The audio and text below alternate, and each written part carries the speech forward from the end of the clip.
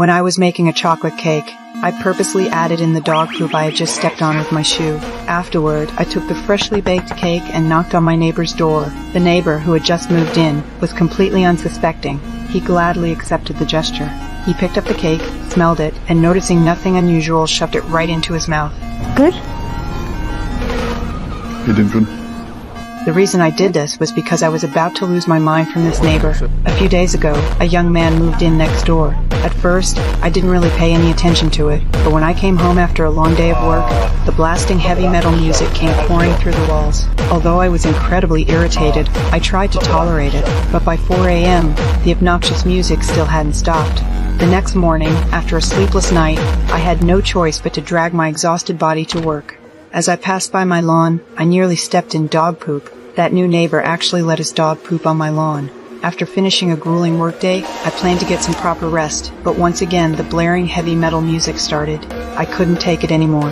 Furious, I marched over and knocked on his door. What I didn't expect was that this seemingly tough guy was actually really friendly. He immediately asked his friend to turn down the music. Then I remembered the dog poop. I almost stepped in that morning. He agreed right away, saying there wouldn't be a next time. I was very satisfied with my new neighbor's response. Without the loud music, I immediately fell asleep. But not long after, the deafening music woke me up again, still at 4 a.m. This time, it was even louder. With rage boiling inside me, I stormed over to his house and knocked on his door once more. What? Can you just turn the music down? Seriously, what's your fucking problem? No, look at me, what's your fucking problem? Are you allergic to fun or something? And I'm really sorry that you've had problems. When I threatened to call the police, his mood immediately turned violent. Realizing that communication wasn't working, I decided to call the cops. However, the police said it wasn't their problem. I had no choice but to buy a pair of headphones online. That evening, I finally couldn't hear the noise with my headphones on.